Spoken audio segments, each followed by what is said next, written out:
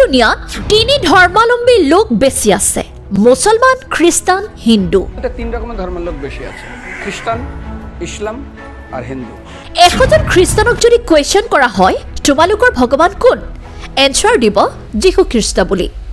100 জন খ্রিস্টানকে যদি একই প্রশ্ন করে তোদের ভগবানকে, একবারই বলবে আমাদের ভগবান ঈশ্বর মসিহ, যীশু খ্রিস্ট। যদি 100 জন মুসলমানক কোয়েশ্চন করা হয় তেনেহলে এনসার দিব আল্লাহ বলি। মুসলমানকে জিজ্ঞাসা করবে 3 থেকে 5 মানে মৃত্যুর আগে পর্যন্ত যাকে, এই তোদের ভগবানকে, একই উত্তর দেবে, ভাই আমাদের ভগবান হলো আল্লাহ। কিন্তু হিন্দু ধর্মের লোকক যদি কোয়েশ্চন করা হয় তোমালোকৰ ভগৱান কোন বলি, এনসার দিব কনফিউজড হয়। হিন্দুদেরকে যদি একই প্রশ্ন করা হয়, ভাই তোদের ভগবানকে, কনফিউজ। 100% হিন্দু 100% কনফিউজ, জানে না ভগবানকে। হিন্দু ধৰ্মৰ লোকে নাজানে তেওঁলোকৰ ভগৱান কোন। এজন ব্ৰাহ্মণৰ এটা সৰু ভিডিঅ' ভাইৰেল হৈ পৰিছে ছ'চিয়েল মিডিয়াত। ব্ৰাহ্মণজনে কি কৈছে এবাৰ শুনোৱা হওক। 3 রকমের ধর্মের লোক বেশি আছে, খ্রিস্টান, ইসলাম আর হিন্দু। 100 জন খ্রিস্টানকে যদি একই প্রশ্ন করে তোদের ভগবানকে, একবারই বলবে আমাদের ভগবান ঈশ্বর মসিহ, যীশু খ্রিস্ট।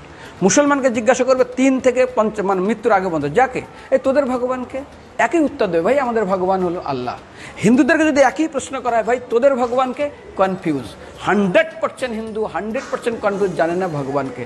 দ্বিতীয়ত, যদি তুই মুসলমানকে জিজ্ঞাসা হয় তোরা মসজিদে কেন যাচ্ছিস, ওদের শেখানো হয় মসজিদে যেতে হবে নামাজ আদায় করার জন্য।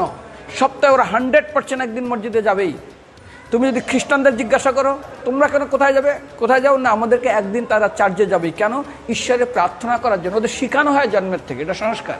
আর হিন্দুদের যদি জিজ্ঞাসা করে তোমরা মন্দিরে কেন যাচ্ছ, হ্যাঁ আমার ছেলের বিয়ে হচ্ছে না, আমার মেয়ের বাচ্চা হচ্ছে না, আমার বাবা হসপিটালে আছে, কালকের আমার মামলার ডেট আছে, আমার ব্যবসা খুব খারাপ, আমার শরীর খুব খারাপ। 99.99 হিন্দু জানে না মন্দিরে কেন আসা উচিত, তাদের ভগবানকে মৃত্যুর পরে কোথায় যাবে। মুসলমানকে জিজ্ঞাসা করবে মৃত্যুর পর কোথায় যাবে, বলবে ভাই নামাজ রোজা যদি না করি দোজকে যাব, অর্থাৎ নরকে যাব। যদি হিন্দুদেরকে জিজ্ঞাসা, ওদেরকে বলবে আর যদি করো নামাজ রোজা করি তাহলে বেহেশতে স্বর্গে যাব। যদি খ্রিস্টানদেরকে জিজ্ঞাসা করো, এই তোমরা যদি আমরা ঈশ্বর আরাধনা করি হেল অর্থাৎ নরকে যাব। যদি বলা হয় যদি করো ঈশ্বর আরাধনা তাহলে তোমরা হেবেন স্বর্গে যাব। আর হিন্দুদেরকে বলে যে তোমরা মরার পরেই 99% হিন্দু এটাই বলে, মিথ্যাই বলে, আমার বাবার সাজ্ঞানে স্বর্গে গিয়ে বসেছে। তোর বাবা কি জমি কেনা আছে নাকি স্বর্গে? তোর বাবা জমি কেনা আছে যে তোর বাবা মরার পরে স্বর্গে গেছে, হোয়াটসঅ্যাপ করে দেখি এই যে অ্যাটাচ বাথরুম, টয়লেট, আমি একদম ভালোভাবে পৌঁছে গেছে, তোর বাবা স্বর্গে গেছে, জানিস তুই?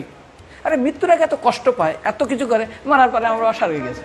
আরে যখন পুলিশে কোনো কয়েদি কোনো অপরাধীকে ধরে 2-4টা ডান্ডা মারে, তারপর থানায় গিয়ে আরও ট্রিটমেন্ট করে, তারপরে কোর্টে বিচারে, তারপর জেল কাটে, মৃত্যুর আগে এত কষ্ট করে আমরা মারা যায়, মারা পরে আমার বাবা স্বর্গে গিয়ে বসে আছে, ওর বাবার জন্য জমি কেনা আছে না, এরকম বলা যাবে না। এই জন্য আমাদের শাস্ত্র বলে পরলোকগত, স্বর্গীয় বলে না।